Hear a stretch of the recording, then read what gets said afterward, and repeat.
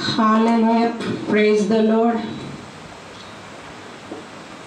ఆదివారం ఆరాధనకు వచ్చామండి. చాలా ఇంపార్టెంట్ టాపిక్ ఈరోజు. సో ఎవరికైనా ఇంట్రెస్ట్ ఉంటారండి, త్రూ ఆన్లైన్ ఎవరు వింటున్నారు, అన్ని పాయింట్లు జాగ్రత్తగా వినండి, ఓకేనా?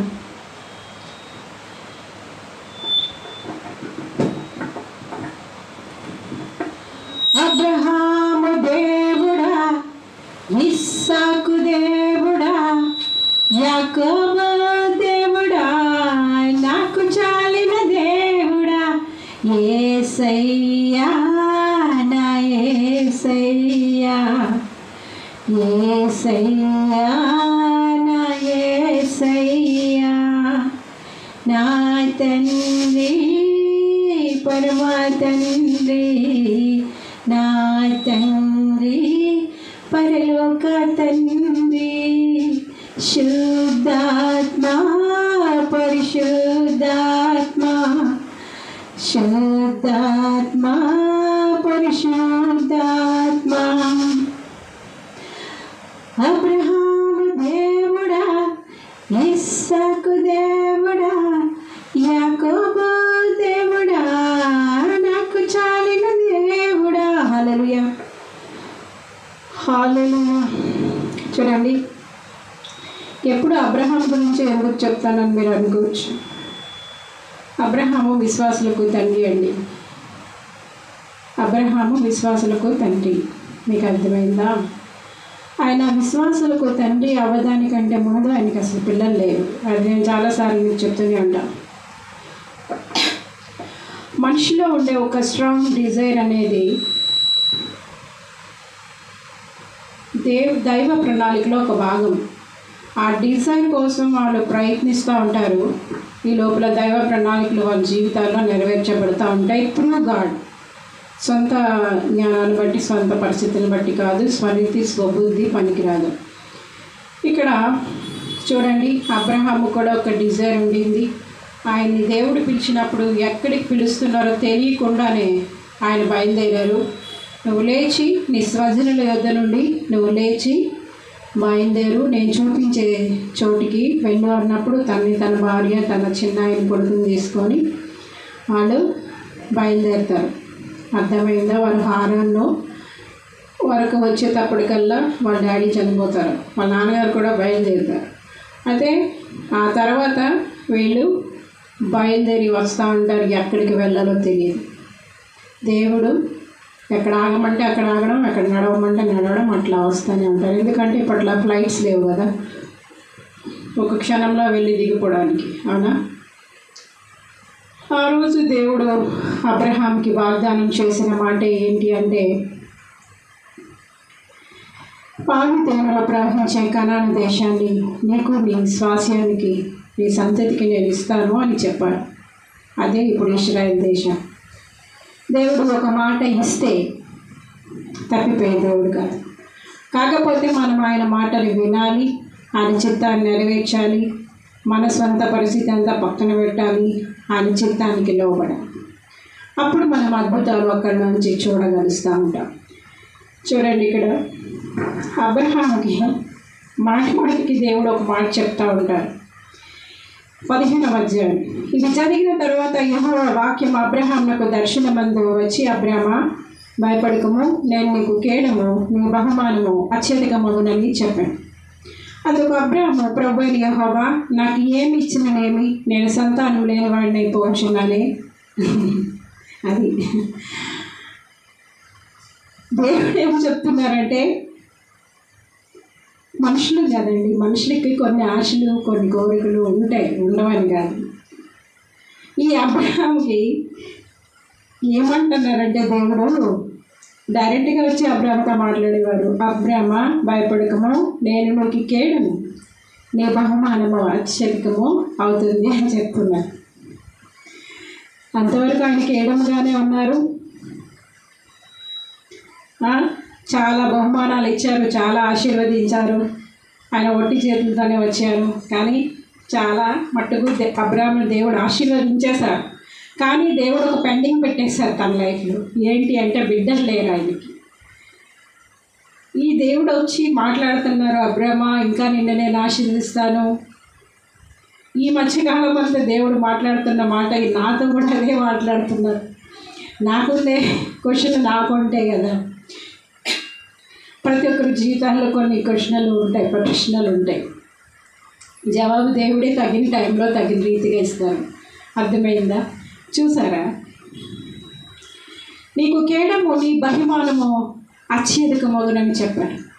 ఏమని చెప్తున్నారు దేవుడు? నీ బహుమానము అత్యధికమవుతుంది అని చెప్తున్నాడు. అయితే ఏమిస్తే ఏంటి, నాకు పిల్లలు లేరు కదా అంటున్నాడు ఈ అబ్రాహాం. ఆయనకి ఇంకా అప్పటిదాకా ఇంకా అబ్రామే అని పేరు. ఇంకా చూసుకుందాం చూడండి.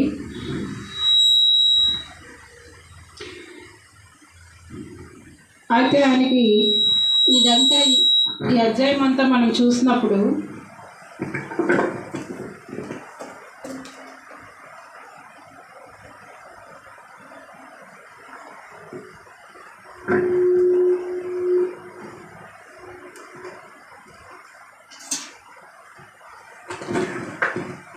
హల్లెలూయా.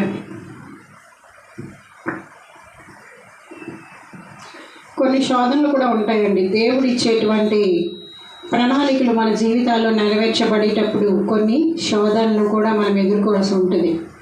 ఇక్కడ అబ్రాహాంకి కూడా అట్లాంటి శోధన ఇక్కడ ఎదురవుతుంది. తద్వారా ఆయన చీకట్లోకి వెళ్ళిపోయినప్పుడు అక్కడ శాపం కూడా అక్కడే వస్తుంది, ఆశీర్వాదం కూడా అక్కడే వస్తుంది.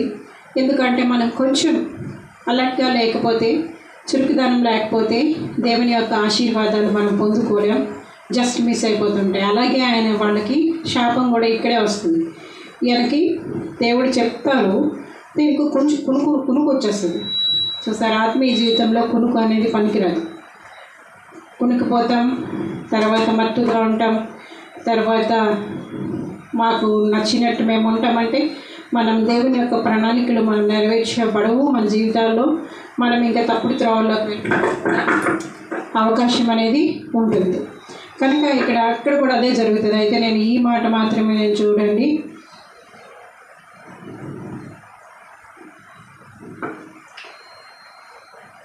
జెనసిస్ 15:1 ఒకసారి 15:4 చూద్దాం.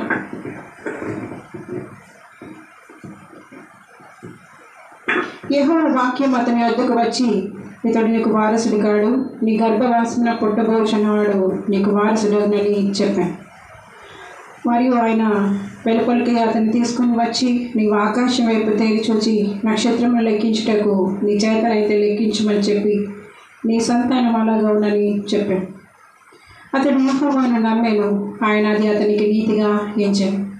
చాలా చాలా ఇంపార్టెంట్. నీ పరిస్థితి ఏదేమైనప్పటికీ దేవుడు ఒక మాట నీకు చెప్తున్నారు అంటే నువ్వు నమ్మాలి, నువ్వు విశ్వసించాలి. పరిస్థితులు అలా ఉండకపోవచ్చు, చాలా ప్రతికూలతలే నీకు కనపడవచ్చు, కానీ చెప్తుంది దేవుడు కదా. ఆయన కార్యం చేస్తే త్రిప్పేసేవారు ఎవరూ లేరు, ఆయన నియమిస్తే రద్దుపరిచేవారు కూడా ఎవ్వరు కూడా ఉండరు. నీ బహుమానం అత్యధికం అవుతుందంటే ఆయనకి అంత సంతోషం లేదు. ఎందుకు? ఆయనకి బిడ్డలు లేరు. దమస్కు ఎలియాజరు అంటే అక్కడ పనిచేస్తున్న ప్రధాన దాసుడు అనమాట. అతడే కదా వారసుడు అవుతాడంటే దేవుడు ఏమని చెప్తున్నారంటే, ఆకాశ నక్షత్రాలను చూడు, అవి లెక్క పెట్టు, అంతమంది సంతానాన్ని నీకు నేను ఇస్తాను అని దేవుడు చెప్తున్నారు. అప్పటికి ఆయనకి బిడ్డలు లేరు. నీ కడుపున గర్భాన్ని పుట్టినవాడే నీకు వారసుడు అవుతాడు అని అక్కడ చెప్తే చూడండి, ఇంకా అదే మాటలు జాడించుకుందాం.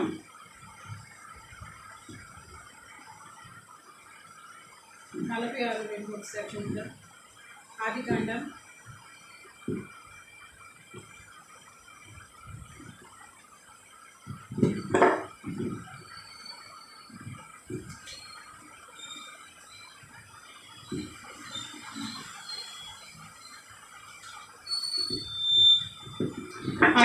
46:2. అప్పుడు రాత్రి దర్శనమునందు దేవుడు యాకోబు యాకోబు అని ఇశ్రాయేలును పిలిచాను. అందుకు అతడు చిత్తం ప్రభువా అనెను. నేనే దేవుడను, నీ తండ్రి దేవుడను, ఐగుప్తునకు వెళ్ళుటకు భయపడకము, అక్కడ నేను గొప్ప జనముగా చేసేదను. యాకోబు కూడా ఎక్కడి నుంచి వచ్చారు? అబ్రాహాం సంతానంలోంచి వచ్చిన ఆయనే. ఈయంతో దేవుడు చెప్తున్నారు, ఎందుకు అంటే చూడండి, ఇక్కడ ఏమని చెప్తున్నారంటే యాకోబుతోని, నువ్వు భయపడకు చిత్తం ప్రభా. నేను ఏమన్నారు, యాకోబు అని ఇశ్రాయేలు పిలిచాను, అందుకే అతడి చిత్తం ప్రభా అనిను. అయినా నేనే దేవుడను, నీ తండ్రి దేవుడను. చూసారా, అందుకే మనం పాట పాడతాం, అబ్రహాం దేవుడా, ఇస్సాకు దేవుడా, యాకోబు దేవుడా. అబ్రహాం కొడుకు ఇస్సాకు కొడుకు యాకోబు, యాసవ్ అని ఇద్దరు. కానీ యాకోబుని దేవుడు ఆశీర్వదిస్తారు. ఇద్దరు కవల పిల్లలు, కానీ యాకోబుతో కూడా దేవుడు ఉంటారు. అందుకే అబ్రహాం దేవుడా. వాళ్ళు ఇప్పుడు సజీవులే. ఎక్కడున్నారు? ప్యారడైజ్లో ఉన్నారు. మీకు అర్థమైందా? సజీవంగానే ఉన్నారు. సజీవము అంటే మరణం అంటే ఇక్కడ భూమి మీద వాళ్ళకి అయిపోయింది, కానీ ప్యారడైజ్లో వాళ్ళు సజీవంగానే ఉన్నారు. మీకు అర్థమైందా? ఆత్మ బ్రతకడం అంటే అదే. ఇక్కడ యాకోబుతో కూడా మాట్లాడుతున్నారు. ఎక్కడ? దేవుడు ప్రత్యక్షంగా యాకోబుతో మాట్లాడుతున్నారు. నీవు భయపడకు, నేను నీ తండ్రి దేవుడును. చూసారా ఏమంటున్నారో? రాత్రి దర్శనంలో ఎందు దేవుడు యాకోబు అని ఇశ్రాయేలును పిలిచి, అందుకే అతడి చిత్తం ప్రభా అని. ఆయన నేనే దేవుడను, నీ తండ్రి దేవుడను. ఐగుప్తు వెళ్ళుటకు భయపడకము, అక్కడ నేను గొప్ప జనంగా. ఇది ఒక సిచ్యువేషన్లో దేవుడు ఈ మాట యాకోబుతో మాట్లాడతారు. నువ్వు భయపడకును, ఐగుప్తు బానిసలుగా వెళ్ళిపోతారు కదా వీళ్ళు, ఆ పరిస్థితుల్లో అనమాట. నువ్వేం భయపడకు, ఐగుప్తులో కూడా నేను నీకు తోడుగా ఉంటాను, నీ తండ్రి దేవుడును అని అక్కడ మాట్లాడతాడు. చూడండి, దేవుడు ఒక మాట చెప్పినప్పుడు అది మర్చిపోరండి. ఇక్కడ అబ్రహాంకి గాఢ నిద్ర పట్టేస్తుంది. ఆయన పడుకున్నప్పుడు ఆ యొక్క బలి ఇచ్చిన వాటి మీద చీకటి కమ్ముకుంటుంది. తద్వారా ఆయన అలా నిద్రపోకూడదు. యాక్చువల్గా పడుకున్నప్పుడు ఆ యొక్క శాపం అనేది వాళ్ళ మీదకి వస్తుంది. 400 సంవత్సరాలు వీళ్ళంతా బానిసలుగా వెళ్ళిపోతారు నీ సంతానం అని చెప్తారు. యాక్చువల్గా అప్పటికి యాకోబుకి బిడ్డలు లేరు. మనుషులకి డౌట్స్ కదండి, అసలు బిడ్డలు లేరు. ఇదంతా చెప్పేవేంటి నాకు, నీ సంతతి వెళ్ళి అక్కడ ఉంటారు, వాళ్ళు బానిసలుగా వెళ్తారు. అసలు అప్పుడు బిడ్డలే లేరు. నీ కడుపును పుట్టేవారే నీకు వారసులు అవుతారు అంటే ఇదేంటి ప్రభా, నువ్వు నన్ను ఆశీర్వదిస్తానంటావు కానీ ఏదేమి చేసినా నాకు పిల్లలు లేరు కదా అంటాడు ఆయన. చూడండి, ఆ డిజైర్, బిడ్డలు లేరు అనేటువంటి డిజైర్ అనేది, ఆ కోరిక అనేది ఆయన్ని దైవ ప్రణాళికలోకి అలా నడిపిస్తూనే ఉంది. ఈరోజు విశ్వాసులకు తండ్రి ఎట్లా అయినారంటే, దేవుడు చెప్తున్న ప్రతి మాట అబ్రహాం నమ్మారు. ఆయనకి 99 సంవత్సరాలు ఎంతో వచ్చేసి, అప్పటికే దేవుడు చాలాసార్లు ఆకాశ నక్షత్రాలు, సముద్ర రేణువులు లెక్కపెట్టి అంతమంది సంతానాన్ని నీకు ఇస్తానని చెప్తున్నారు, కానీ ఒక్కరు కూడా ఇంకా పుట్టలేదు ఆయనకి. మీకు చూసారా, ఆ వయసులో కూడా దేవుడు చెప్పిన మాట ఆయన వింటున్నాడు. కారణం ఏంటంటే అక్కడ దైవ ప్రణాళికలు నెరవేర్చబడాలి. ఈ దినాన్న మనం అబ్రహాం ద్వారా ఎలాగ ఆశీర్వదింపబడినాం చూసారా, ఎలాగ ఆశీర్వదింపబడినాం. ఆ విశ్వాసమే ఈరోజు మనల్ని నడిపిస్తుంది. మీ జీవితాల్లో కూడా, మీ యొక్క వ్యక్తిగత జీవితంలో కావచ్చు, మీ యొక్క సేవా జీవితంలో కావచ్చు, కుటుంబ జీవితంలో కావచ్చు, కొన్ని మాటలు దేవుడు చెప్తున్నప్పుడు మీరు నమ్మాలి. అబ్రహాం దేవుడిని నమ్మారు, అది అతనికి మంతిగా ఎంచబడింది. కనుక ఈరోజు మనకి ఆయన తండ్రి అయ్యారు. మీకు అర్థమైందా? ఇంకా చూడండి, కొన్నిసార్లు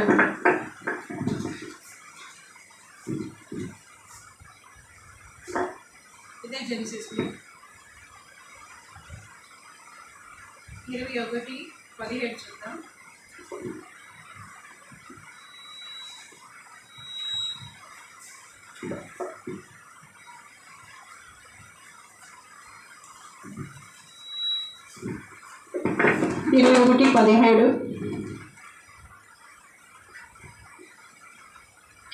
దేవుడు ఆ చిన్నవాని మొర వినెను. అప్పుడు దేవుని దూత ఆకాశం నుండి హాగరుని పిలిచి, హాగరు నీకేం వచ్చినది, భయపడకుము, ఈ చిన్నవాడున్న చోట దేవుడు స్వరం అని అన్నాడు.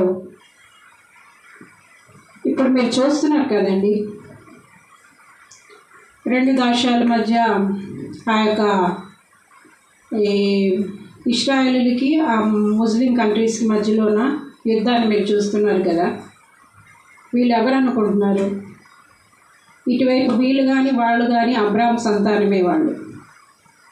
ఈ యొక్క శారమ్మకి ఆడవాళ్ళకి తొందర ఎక్కువ కదండి. పాపం మీకు అబ్రాహాం తప్ప పెద్దగా ఏం లేదు. ఇంకా పిల్లలు పుట్టలేదు, నువ్వు వెళ్ళి నా మెయిడ్తో పడుకొని తీసి ఆ మెయిడ్ని ఇచ్చేస్తుంది. అంటే అక్కడ పని చేస్తున్న పనికి అతను ఇచ్చేస్తుంది. ఇంకా పిల్లలు పుట్టలేదు, కనీసం ఆమెకు పుడితే నేనైనా సంతోషిస్తాను వెళ్ళు అని చెప్పి హాగర్ని ఇచ్చి పంపించేస్తుంది. అలా అయింది. ఇక్కడ ఏంటి అలా ఆవిడ ఏం చెప్తే అది వింటారు అబ్రాహాం. ఎందుకంటే అదే దైవ చిత్తం కనుక, ఆయన దేవుడికి భయపడేవాడు కనుక సరే వెళ్ళి పడుకోమంటుంది కదా అని వెళ్ళాడు. పాపం వెళ్ళగానే ఆమె ప్రెగ్నెంట్ అవుతుంది. ఆమెకి ఒక కొడుకు పుడతాడు. ఆమె కొడుకు పుట్టేసరికల్లా ఆ పెద్ద ఆవిడ అంటే హాగర్ అదే శారై ఉన్నారు కదా, ఏమంటే అసహ్యం పుట్టేస్తుంది ఆవిడకి. ఏమొచ్చి అలా ఆయన దగ్గర అడుగుతుంది. అంతే కదా, ఆడవాళ్ళు అలా ఆయన దగ్గరే ఫోన్లే కదా కనికరించి నీకు ఆ హాగర్ని ఇస్తే నువ్వు ఆవిడ వచ్చి నా మీద అజమాయిషి చేస్తుంది అని చెప్పేసి అంటే ఆమె నీ చేతుల్లో ఉంది, నేను నచ్చినట్టు నువ్వు చెయ్యంటాడు. అంటే దాన్ని తరిమేస్తారు. ఈ శారా ఏం చేస్తుందంటే హాగర్ని తరిమేస్తుంది అనమాట. సో హాగరు ఆ బాబుని ఎత్తుకొని పాపం వెళ్ళిపోతుంది. కానీ ఇదంతా ఎవరు చూస్తున్నారు? దేవుడు చూస్తున్నారు. తెలిసి తెలియక మనుషులు రాంగ్ స్టెప్స్ వేసిన ప్రతిదీ కూడా దేవుడు చూస్తున్నారు. అబ్రహాం విషయంలో దేవుడికి ఒక అద్భుతమైన ప్రణాళిక సంకల్పం ఉంది కనుక అబ్రహాం వంశం నుంచి యేసుప్రభు వచ్చారు. యేసుప్రభు ద్వారా ఈ దినాల్లో విశ్వాసులకు తండ్రి అయిన అబ్రహాంకి మనం సంతతి అయ్యాం. ఇక్కడ కూడా ఏం జరిగిందంటే ఆ బిడ్డని ఆ తల్లిని ఎవరు చూశారు? దేవుడు చూశారు. హాగరు ఏమంటున్నారు ఇక్కడ, దేవుడు ఆ చిన్నవాడిని మరణ వినను. అప్పుడు దేవుని దూత ఆకాశం నుండి హాగర్ని పిలిచి, హాగరు నీకేం వచ్చినది, భయపడకు, ఆ చిన్నవాడు ఉన్న చోట ఆ దేవుడు వారి స్వరం అయి ఉన్నాడు, నీవు లేచి చూసారా. ఎప్పుడు చూడట్లేదు అనుకోవడానికి లేదు. ఇప్పుడు అబ్రహాంకి దేవుడు వాగ్దానం చేశారు, నీ సంతతిని నేను ఆశీర్వదిస్తానని చెప్పాడు. మీకు అర్థమైందా? నీ సంతతి ఈ యొక్క హాగరు సంతతిని కూడా ఆశీర్వదిస్తానని అబ్రహాంకి దేవుడు చెప్పాడు. ఇప్పుడు అక్కడ ఎవరూ లేరు పాపం. ఆ ఎడారిలో ఒక తల్లి చిన్న బిడ్డడే ఉన్నారు. ఆ బిడ్డడికి దాహం వేస్తుంది. దాహం వేసినప్పుడు అంతా ఎడారి, వాటర్ లేదు. మీకు అర్థమైందా? అక్కడ కూడా ఒక నీటి బొగ్గని దేవుడే పుట్టించి ఆ చిన్న బిడ్డని దేవుడే అక్కడ బతికిస్తారు. దేవుడు పరిస్థితులు ఏమైనా, మానవ తప్పిదాలు, మానవ రాంగ్ స్టెప్స్ ఏమన్నా దేవుడు ఒక మాట ఇచ్చినప్పుడు ఆయన మనిషి కాదు, మార్చడానికి ఆయన మనిషి కాదు. మీకు అర్థమైందా? మనల్ని పుట్టించిన దేవుడు సజీవుడు, ఆయన సర్వశక్తిమంతుడు, ఆయన ఏమన్నా కూడా చేయగలరు. ఆయనకు అసాధ్యమైనది ఏమీ లేదు. బాగా గుర్తుపెట్టుకోండి. అసలు ఈ అబ్రహాం దగ్గరికి ఆ బయటిని పంపించకూడదు. శారా దేవుడు చెప్పిన మాట చెప్పినట్టే వినాలి. కానీ మనిషి కనుక చూసారా ఏం చేసిందో. చివరికి ఏమవుతుందంటే ఇప్పుడే వాళ్ళంతా ఆ ముస్లిమ్స్ కంట్రీస్ అన్నీ కూడా ఆ హాగరు సంతానం, అబ్రహాం సంతానమే. ఇశ్రాయిల్ అందరూ కూడా ఈయన మాత్రమే వారసుడు. ఇశ్రాయిల్ కనాను దేశాన్ని ఇశ్రాయిల్కి మాత్రమే దేవుడు ఇస్తానన్నారు. అక్కడ అదే పోరాటం. ఎప్పుడు వాళ్ళకి పడదు. మీకు అర్థమైందా? అప్పుడు శారా పంపించేస్తారు కదా, అది ఎప్పుడు వాళ్ళకి పడదు. అప్పటి నుంచి పడదు, ఇప్పుడు అసలు పడదు. కానీ దేవుడు ఇశ్రాయేలు పక్షంగా ఉంటారు. ఎందుకంటే అది వాగ్దానం. అది అబ్రహాంకి ఇచ్చిన వాగ్దానం. ఆమె మొదటి భార్య. ఆ ప్రత్యేకత ఉంది వాళ్ళకి. ఆ శారై సంతానం అంటే దేవుడికి చాలా ఇష్టం. మీకు అర్థమైందా? ఎందుకు అంటే అది దేవుడు ఒకసారి మాట ఇచ్చేసాడు, నీ వారసుడు, నీ గర్భంలో పుట్టిన వారసుడు, సారైకి పుట్టినవాడే వారసుడు అవుతాడని అప్పుడు చెప్పాను. ఆ మాట ఈరోజు కూడా నెరవేర్చబడుతుంది. అక్షరాల అలాగే నెరవేర్చబడుతుంది. మీకు అర్థమవుతుందా? ఆయన ఆశీర్వదిస్తానంటే ఆశీర్వదిస్తాడు. పరిస్థితులు ఎలా ఉన్నప్పటికీ కూడా. ఒకప్పుడు అసలు అక్కడ ఇశ్రాయేల్ దేశం లేదు. తర్వాత వాళ్ళ అవిధేయతను బట్టి అది పూర్తిగా తుడిచిపెట్టుకుపోతుంది. వీళ్ళెళ్ళి ఆక్యుపై చేసేస్తారు అక్కడ. యాక్చువల్గా ఇదే అక్కడ జరిగింది, యథార్థమైన సంఘటన ఇది. అయితే వీళ్ళెళ్ళి ఎవరు ముస్లిమ్స్ ఎలాగో వాళ్ళు ఉన్నారు, అన్నదమ్ములు ఉన్నారు కదా, సౌత్ పిల్లలు, వీళ్ళెళ్ళి అక్కడ ఆక్యుపై చేసేస్తారు. యాక్చువల్గా ఇశ్రాయేల్ దేవుడు ఇచ్చారు కనుక ఈరోజు ఇశ్రాయేల్ కొద్ది జనాంగమైన ఎంతమంది శత్రువులు ఉన్నా వారి పక్షంగా దేవుడు యుద్ధం చేస్తున్నారు. అందుకే ఎవరికి జయం ఉండదు వాళ్ళ మీద. ఇప్పటికి ఎంతమంది శత్రువులు వెళ్ళినా కూడా వాళ్ళ మీద ఎవరు జయం తీసుకోలేదు. ఎందుకంటే ఒకప్పుడు ప్రత్యక్షంగా యేసు ప్రభువారే అక్కడి నుంచి పరిపాలన చేస్తారు. మీకు అర్థమవుతుందా? మొన్న రీసెంట్గా ఒక 107 సంవత్సరాలు ఉండే ఒక వాళ్ళని ఏంటంటారంటే యాజకులు అంటారు, ప్రధాన యాజకులు. ఆయనకి వీళ్ళు మెస్సయ్య కోసం ఎదురు చూస్తున్నారు, వీళ్ళు చూస్తున్నారు, వాళ్ళు చూస్తున్నారు మెస్సయ్య వస్తాడు. మెస్సయ్య వచ్చేసారు. ఇప్పుడు క్రైస్తవులకి వాళ్ళు ఎక్కువ కాదు, వీళ్ళు ఎక్కువ కాదు, అందరూ చెప్పాలి. మీకు అర్థమైందా? ఎందుకు అంటే యేసు ప్రభువారు మానవ జాతిని రక్షించడానికి రక్షకుడిగా వచ్చారు. ఇప్పుడు తెలుసుకోవాల్సింది, నువ్వు ఇశ్రాయేలీవా, నువ్వు మహమ్మదన్నా కాదు, నువ్వు యేసు ప్రభు బిడ్డవా కాదా, ఇది నీకు కావాలి. ఎందుకంటే డైరెక్ట్గా నువ్వు అబ్రహాం సంతానమే అవుతావు. నువ్వు యేసు ప్రభుని నమ్ముకొని అంగీకరించినప్పుడు డైరెక్ట్గా నువ్వు అబ్రహాం సంతానమే అవుతావు. ప్రత్యేకంగా అక్కడ పోరాడుకోవాల్సిన అవసరం లేదు. ఈ క్రైస్తవులు అనబడే వారు అందరినీ ప్రేమించాలి. వీళ్ళు ఎవరి పక్షంగా ఉండకూడదు. అక్కడ ఎవరు బాధపడితే వాళ్ళ కోసం ప్రార్థన చేయాలి. ఆ యొక్క శాంతి, సమాధానం, రక్షణ కొరకు ప్రార్థన చేయాలి. క్రైస్తవులుగా అదే నేర్చుకోవాలి. కొంతమంది నేటి దినాల్లో క్రైస్తవులు ఒక తెగ కొరకు యుద్ధాలు చేస్తారు, ఒక క్యాస్ట్ కొరకు యుద్ధాలు చేస్తారు. ఇది మా క్యాస్ట్, వీళ్ళ కోసం మేము యుద్ధం చేస్తాం, ఇది మా క్యాస్ట్, మేమంతా ఒకటి. ఇది కాదండి. ఇదేనాళ్ళు సేవకులు కూడా అలాంటి విషబీజాలు వేస్తున్నారు. తప్పండి అది. క్రైస్తవులకు ఎవరు చుట్టాలు ప్రత్యేకంగా ఎవరు ఉండరు.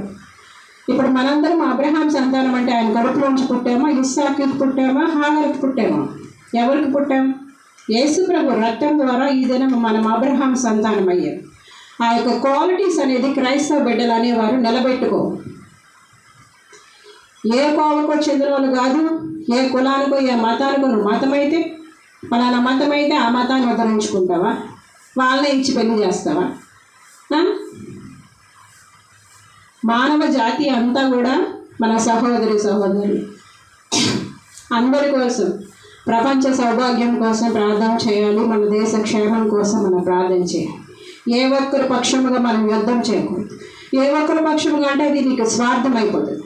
నువ్వు యేసు ప్రభు పక్షంగా ఉంటే నువ్వు అందరినీ ప్రేమించాలి. ఆయన అందరి కొరకు ప్రాణం ఇచ్చారు, అందరి కొరకు తిరిగి లేచారు, అందరికీ ఆయన రక్షకుడే. మరి నువ్వు ప్రత్యేకంగా ఒక తెగ అని ఎలా చెప్తావు? అలాగే ఇప్పుడు నువ్వు క్రైస్తవుడు అనుకో, ఆ తెగకి సంబంధించిన వ్యక్తిగానే నిలబడు కదా. అర్థం చేసుకోండి.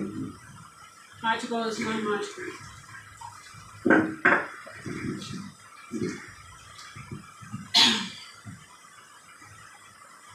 మొదటి సమూయేలు 15:10.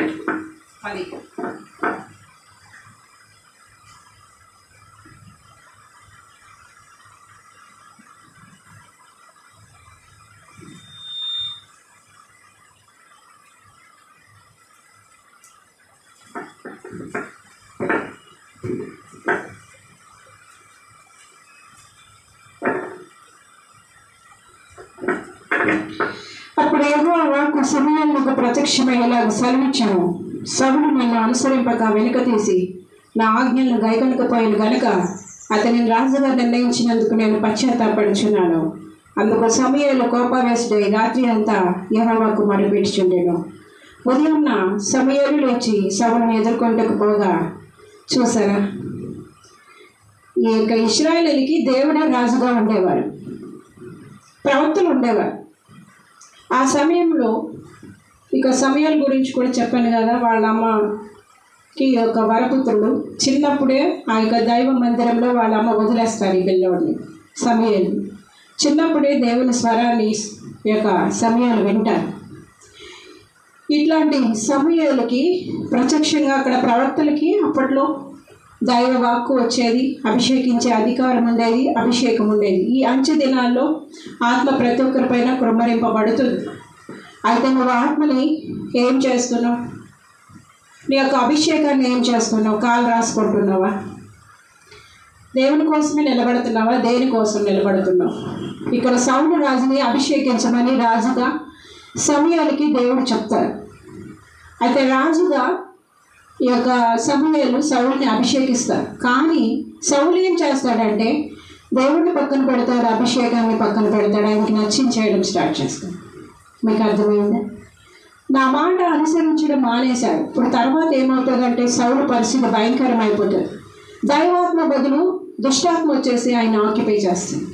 దురాత్మ ఆక్యుపై చేసిన తర్వాత ఈ రాజుగా ఈయన తీసేస్తారు. రాజు ప్లేస్లో దావీదు వస్తారు. దావీదుని అభిషేకించమని దేవుడు చెప్తారు. చూసారా, నీ అభిషేకాన్ని దినాన్ని ఏం చేసుకోకుండా ఆయన మాటలు వింటున్నావా? అక్కడ ఒక మాట దేవుడు చెప్తారు, బలులు అర్పించట కంటే నా మాట వినుట శ్రేష్టం. నువ్వు బలులు నైవేద్యాలు ఇది చేస్తాను అది చేస్తానంటున్నావా? కానీ దేవుడు మాటికి లోబడుతున్నావా?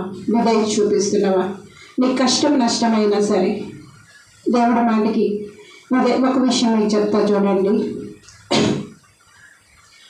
ఈ యొక్క విధేయత అంటే ఏంటి అనేది మీకు ఒక విషయం చెప్తాను. నేను ఇదివరకే ఆడబిడ్డల విషయం మాట్లాడాను. నాకు బిడ్డ ఉంది, ఎంత జాగ్రత్తగా పెంచాను ఏంటి. ఆ యొక్క పెళ్ళి కూడా ఒక అబ్బాయి ఇలాగాని ప్రశాంత్ గురించి నేను చెప్పాను. కొన్ని పరిస్థితులు బట్టి చాలా దేవుడు ఒక మాట చెప్పారు, ఏ జతపక్షి దాని వద్ద ఉండక మానదు అని. దేవుడు ఎప్పుడు మాట్లాడే మాట అది ఒకటే. నేను ఆ ఒక్క మాటనే నేను పట్టుకునేదాన్ని. ఏ జతపక్షి దాని దగ్గర ఉంటుంది నాయన, నువ్వు ఇల్లు కట్టకపోతే ఎవరు కట్టించలేరు, అంతే కదా. దేవుడు కట్టాలి అనుకోవాలి, దేవుడే కాదు అనుకుంటే ఎవరు కూడా అది కట్టలేరు కదా. సో దేవుడికి అప్పచెప్పేశాను. చాలా నేను ఒక 2-3 నెలల కింద నేను మాట్లాడినాను ఈ యొక్క మ్యాచ్ విషయంలో. ఒకవేళ ఎవరి మనోభావాలు దెబ్బతీసే రీతిగా నేను మాట్లాడుంటే సభాపక్షముగా నన్ను క్షమించమని నేను అడుగుతున్నాను. ఎందుకంటే ఒక విధంగా ఒక 3 months బ్యాక్ అసలు కొన్ని కారణాలు బట్టి క్యాన్సిల్ అయిపోద్ది అనుకున్నాం. మ్యారేజ్ అయిపోయింది కూడా అనుకున్నా. కానీ దేవుడు ఒకరోజు నాకు దర్శనంలో చూపించారు. చిన్ని చేతులు ఒక అబ్బాయి చేతులకు పెట్టేసి నా చేతులు 4 చేతులు పట్టుకున్నట్టు ఒక మహిమలోన ఆ యొక్క దర్శనాన్ని నాకు చూపించారు. నేను చాలా మ్యాచెస్ వచ్చాయి, ఉన్నాయి కూడా రెడీగా. సో నేను అందరితో మాట్లాడేస్తున్నాను, ఎవరై అంటారు ఎవరు. పరిశుద్ధాత్మ దేవుడు మెల్లగా నాకు బోధించడం ప్రారంభించారు ఆయా రీతులుగా. అప్పుడు ఏం చేశానంటే సీన్ రీకన్స్ట్రక్ట్ చేశాను. సీన్ రీకన్స్ట్రక్షన్ అంటారు కదా, క్యాన్సిల్ అయిపోద్ది అనుకునేది. ఒకవేళ దైవ ప్రణాళికలు ఎవరైనా ఉంటే చూడండి, ఒకవేళ మ్యాచ్ విషయంలో నేను ఎవరికైనా అభ్యంతరపరిస్తే నన్ను క్షమించండి. నాకు కూడా తెలియదు దైవ చిత్తం ఏంటనేది. సో ఇంకా క్యాన్సిల్ అయిపోయిందేమో అనుకున్నా. యాక్చువల్గా నేను కూడా అదే అనుకున్నా. కానీ దేవుడు ఎప్పుడు ఆ దర్శనం ఇచ్చారో మళ్ళా సీన్ అనేది రీకన్స్ట్రక్ట్ అయ్యాను. అసలు ఏంటి పరిస్థితి ఏంటి అని మళ్ళా చూసినప్పుడు వాళ్ళిద్దరే దేవుని ఏర్పాటులో ఉన్నారు. ఆ చేతులు కలిపింది వాళ్ళిద్దరే అన్న సంగతి నాకు దేవుడే అవగాహన చేశారు. చాలా డిస్టర్బెన్స్. ఒక దైవ ప్రణాళిక నెరవేర్చబడుతుంది అంటే వాళ్ళ జీవితాల్లో దేవుడికి అమోఘమైన ప్రణాళికలు ఉన్నాయి. ఎందుకంటే నాకు ఒక డిజైన్ ఉంది. నేను ఇదివరకే చెప్పాను, చిన్నప్పుడే రోజులు పడ్డప్పుడే దైవ సన్నిధిలో వేసి ఈ బిడ్డకి మంచి భర్తనివ్వండి, అయినా నా జీవితంలాగా నా బిడ్డ జీవితం అవ్వకూడదు. చాలాసార్లు నేను టెస్టిమోనీ చెప్పాను. ఆ భయం అనేది నాకు ఉండేది. ఆ విధంగా ఆ బిడ్డను పెంచుకొని వచ్చినప్పుడు ఈ మ్యారేజ్ విషయంలో ఇంత డిస్టర్బెన్స్ వస్తున్నప్పుడు నాకు చాలా బాధ అనిపించేది. కానీ దేవుడు మన పట్లగా కలిగి ఉన్నటువంటి ఆలోచనలు అనేవి ఎప్పుడు కూడా క్షేమకరమైనవి, అవి హానికరమైనవి కావు. అనేక విషయాల్లో అది ప్రూవ్ అయింది. చూడండి, యాక్చువల్గా ఏమైందంటే ఆ సీన్ కన్స్ట్రక్షన్లో బాగా నేను అర్థం చేసుకున్న విషయం ఏంటంటే ఆ దర్శనం అనేది వీళ్ళిద్దరికి సంబంధించింది అని నాకు అర్థమైంది. తిరిగి దైవ ప్రణాళికలో భాగంగా వాళ్ళు జతపరచబడబోతున్నారు. అయితే నేను చెప్పేది ఏంటి అంటే లోబడ్డం అంటే నేను అనుక్షణం కూడా మనకి చాలా మ్యాచెస్ అనేవి అందుబాటులో ఉన్నాయి. ఎన్ని సంవత్సరాలు ఎందుకు వెయిట్ చేసామంటే దేవుడి మాటకి లోబడి విధేయత చూపించి ఆ యొక్క దైవ ప్రణాళికలో వెళ్తే వీళ్ళకే కాదు. ఇప్పుడు అబ్రహాం లోబడినారండి. అబ్రహాం లోబడడం వలన ఏం జరిగింది? ఈరోజు ఆయన ఏమయ్యారు? అందరికీ కూడా విశ్వాసులందరికీ తండ్రి అయ్యారు. మీకు అర్థమైందా? అలాగా ఒక మాటకి మనం విధేయత చూపించినప్పుడు దేవుడు చెప్తున్న ప్రణాళికలో మనం కొనసాగిస్తున్నప్పుడు చాలా అపోజిషన్స్ ఉండొచ్చు, వ్యతిరేకతలు ఉండొచ్చు, ప్రతికూలతలు ఉండొచ్చు, చాలా ప్రాబ్లమ్స్ మనం ఫేస్ చేయొచ్చు. కానీ ఏ స్థలంలో ఎక్కడ ఎలాగా ఉండాలి, ఏం చేయాలి, యాజ్ ఈజ్గా దేవుడు చెప్పిన మాట చెప్పినట్టు విని మనం ఒక్కరి విధేయత అనేది అనేక మంది రక్షణకు కారణభూతం అవుతుంది. అవునా కాదా? నేను వాళ్ళ నాన్నమ్మ గారి గురించి కూడా ఒక మాట చెప్పాను. ఆవిడకి అసలు బాగాలేదు యాక్చువల్గా. ఏముంది వదిన వాళ్ళకి గుర్తుండే ఉంటుంది అన్నమాట. ప్రశాంత్ సింగ్ని మ్యారేజ్ అయ్యే వరకు ఈ అమ్మ చనిపోరు, ఆమె ఉంటారు. ఎందుకంటే ఒకసారి దర్శనంలో ఆవిడ కనబడ్డారు, నా దగ్గరికి వచ్చారు. అభిషేకింపబడిన వారే దేవుని చేత త్రోయవేయబడినారు. వాళ్ళిద్దరు పేర్లు కూడా చెప్పాను. జాన్ ఎలియాస్ ఎవరో, జాన్ అనోష్కి, ఇంకొక ఎలియాస్ ఎవరో, ఇద్దరు అబద్ధ ప్రవక్తలు కూడా వచ్చారు. ఇర్మియా ప్రవక్తను కూడా దేవుడు చూపించారు. అప్పుడే అభిషేకం ఉంది.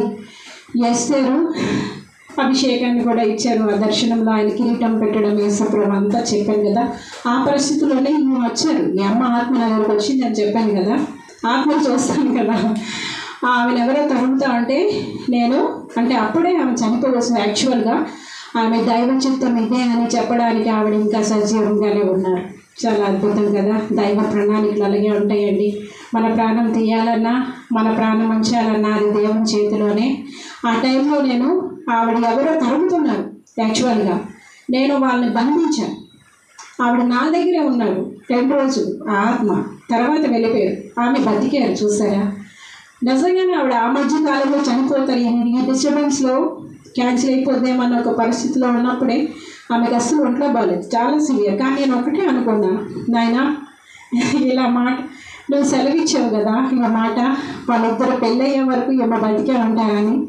ఏమవుతుంది ఇప్పుడు? నేను కూడా దేవుడిని కొన్నిసార్లు అలాగా పరీక్షించడం అని కాదు, నేను అంటే దేవుడు నా జీవితంలో ఎంత కరెక్ట్గా వర్క్ చేస్తున్నారనేది నేను చూస్తూ ఉంటాను ఇలాంటి సిచ్యువేషన్స్లో.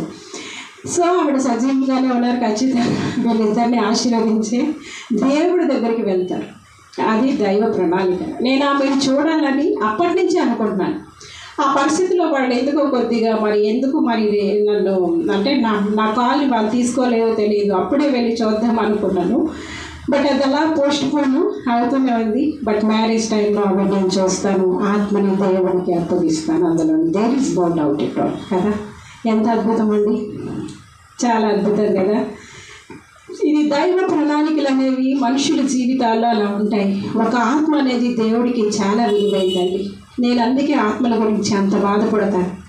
ఎందుకు అంటే భూమి మీద ఉన్నప్పుడే మీరు పశ్చాత్తాపడకపోతే, మీ యొక్క ఆత్మలు దేవుడికి అప్పగించుకోకపోతే, క్షణికమైన పరిస్థితుల్ని మీరు చూస్తే నిత్యము యుగాలు భయంకరమైన అగ్నిలోకి వెళ్ళాలి.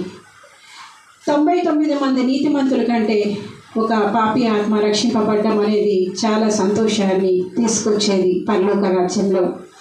కనుక ఈ ఆత్మ అనేది చూస్తారా, ప్రశాంత్ నాన్నమ్మ గారి విషయంలో దేవుడికి చాలా గొప్ప ప్రణాళిక ఉంది. ఆ ఆత్మ రక్షించకపోవడం దేవుడికి ఇష్టం లేదు. చాలా క్లియర్గా నాకు ఆ యొక్క ప్లాన్ అంతా దేవుడు నాకు చూపించారు. ఎంత అద్భుతం అండి. కొన్ని ఆత్మల విషయంలో దేవుడు అంత కేర్ తీసుకుంటారంటే నాకు నిజంగా చాలా బాధ అనిపిస్తుంది, చాలా సంతోషం కూడా అనిపిస్తుందండి. ఈరోజు మీరు ఎంత నిర్లక్ష్యంగా ఉన్నా చెప్పడానికి అదే కారణం. కొన్ని ఆత్మల విషయంలో దేవుడికి కొన్ని ప్రణాళికలు ఉంటాయి. మీకు అర్థమైందా? ఆ విధేయత అనేది మీరు అనేక మందికి ఆశీర్వాదాలు తెచ్చేవారుగా ఉంటారు. ఎంత గొప్ప విషయం కదండి. దైవ ప్రణాళికలో గొప్ప మర్మాలు దాగి ఉన్నాయి. అబ్రహాముకి పిల్లలు లేవు. యాక్చువల్గా ఇది కంటిన్యూ చేయాలి, మళ్ళీ చేద్దాం. సో ఇప్పుడు చెప్పొచ్చేది ఏంటంటే చూడండి, సో ఎస్తేరు నా బిడ్డ, నాకు ఎస్తేరు రాని నేనైనప్పుడు నా బిడ్డ యువరాణి అవుతుంది. వచ్చే అబ్బాయి యువరాజులాగే పెంచారులేండి, వాళ్ళు కాదని అనడానికి లేదు. సో యువరాణి జతపరచబడబోతున్నారు. అయితే నా సంగతి చెప్పాలంటే చేతిలో నిజంగా మొన్న హైదరాబాద్లో మ్యారేజ్ అనేసరికల్లా వెళ్ళడానికి ఏంటది టికెట్ కూడా లేదు. బట్ దేవుడు అన్నేసుడుగా ఏమైందంటే ఇక ఎలాగైనా మరి పెళ్లి కూతురు పెళ్లి కొడుకు వాళ్ళు అందరూ వస్తారు, బంధువులు రక్త సంబంధికులు స్నేహితులు వస్తారు కదా. సో అందుకని ఏంటి అంటే అప్పుడు రిమైండ్ చేయబడింది ఏంటి అంటే నా దగ్గర RPL కార్డు నిజంగా 32,000కి నేను పెట్టానండి. 70,000 పై మాటే మనకి ప్రోడక్ట్ వచ్చింది. ఎంత అద్భుతం అండి. దైవ ప్రణాళికలు అలాగే ఉంటాయండి. చిన్నగా ఆలోచించడానికి లేదు. మీకు అర్థమైందా? 30,000 32,000 ఎక్కడ, 75,000 దగ్గర అంత ప్రోడక్ట్ మనకు వచ్చింది. ఎంత అద్భుతం కదా! అవసరాలన్నీ కూడా అందులో వెళ్ళిపోయి మొత్తం ఒక కార్డు. ఇవేంటంటే నేను చెప్తుంది, ఈవెన్ హైదరాబాద్ వెళ్ళడానికి టికెట్ కూడా లేదు, ఇంకా నేను వెళ్ళడం అవుతలేదు, మా అన్నయ్యకి తమ్ముడికి అబ్జెక్షన్ అని అంటారు కదా. మీరు చూసుకోండి, నేను ఆ టైంకి అసలు రాగలుస్తానే లేదు. నాకు ఒకటి ఏంటంటే, there is a proper time and procedure for every matter. God made everything beautiful in its time. ఆ టైంలో అది అందంగా ఎలా చేయాలో దేవుడికి తెలుసు. దైవ ప్రణాళికలే అవి. మీకు మాటికి నేను ఆవిష్కరం అవతారం అవ్వ ఇవ్వంటారా. ఈ ఆదివారం నేను అది రిమైండ్ చేస్తున్నాను. దేనికి భయపడాల్సిన అవసరం లేదు. ఈరోజు మీరు ఏ అవసరంతో, ఏ అక్కర్లతో, ఏ పరిస్థితుల్లో, సో అంబానీ కూతురికి కొడుక్కి కొన్ని లక్షల కోట్లు పెట్టి పెళ్లి చేశాడు కదా. నేను కూడా జీవాధిపతి, సర్వలోకాధిపతి, సర్వాధికారి అయిన దేవుడి బిడ్డను కదా, నేనెందుకు చేయకూడదు అనుకోవడానికి లేదండి. ఆ టైంలో ఆ పరిస్థితుల్లో ఎలాగ ఆయన చేయాలనుకుంటున్నారు, అవునా? సో మా యువరాణి పెళ్ళి ఎలా జరగాల్సిందో దేవుడు ఏది తక్కువ చేయరు, ఎలా జరగాల్సిందో అలా జరుగుతాయి.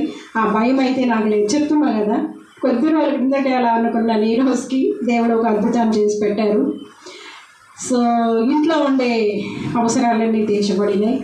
సో ఇంకా ఎట్లా ఉంటుంది మా యువరాజు పెళ్ళి ఎట్లా ఉంటుందో చూడాలి. ఓకేనా? దేవుడు ఎలా నిర్ణయించారో, ఏం చేయదలుచుకున్నారు. 29th మ్యారేజ్ అండి, నెక్స్ట్ మంత్. ఈ మంత్ అనుకోకండి, మా తమ్ముడు కూడా అలా కన్ఫ్యూజ్ అయిపోయి సెలవులే అప్లై చేశాడంట వాడు. కనుక నెక్స్ట్ మంత్ 29th మ్యారేజ్ అండి. ఓకేనా? దయచేసి మీ ప్రార్థనలో మీరు జ్ఞాపకం చేసుకోండి. దేవుడి కొత్త మాటలు వినించిన కాక బిల్లు కంటిన్యూ చాలా ఉంది. అసలు చాలా చెప్పాలని వచ్చాను, బట్ టైం అయిపోతుంది కదా, ఇంకా బోర్ కొట్టించడం నాకు ఇష్టం లేదు. హల్లెలూయా. నేను చేసిన వాళ్ళకు నేనేం చెల్లించగలను ప్రభా? కేవలం నా రక్షణ పాత్రను చేతబోని నీకు నా హృదయపూర్వక కృతజ్ఞత స్తోత్రాలు అర్పిస్తున్నానయ్యా. నా ప్రణాళికలో భాగంగా నాయన నా చేయి పట్టుకొని నాయన తప్పిపోకుండా నన్ను నడిపిస్తున్న నా దేవుడు కనుక నేను స్తుతిస్తున్నాను ప్రభా. తండ్రి యువశాంధార వత్తార బాక్కొనియా రిఖరబా ఏమిచ్చి నీ రుణం నేను తీర్చగలను ప్రభా, ఏమిచ్చి నేను గనపరచగలను ప్రభా. వశీకరమ వశ్యరి వశాంతర రిఖరబని వశాంతర రిఖరబని వశాంతర. మీ ప్రణాళికల్లో నా దుష్టుడు అధికారాన్ని రద్దుపరుస్తున్నాను, చీకటి వాడికి నేను బంధిస్తున్నాను. మీ చిత్తము నీ ఉద్దేశం పరిపూర్ణంగా మీరు నెరవేర్చి సమస్త మహిమ ఘనత ప్రభావాలు పొందుకున్నది. యేసు నామములో కొద్ది విన్నపాలు అడిగి వేడుకొని బ్రతములాడుకొని పూజిస్తున్నాను తండ్రి. ఆమేన్. God bless you all. Praise the lord.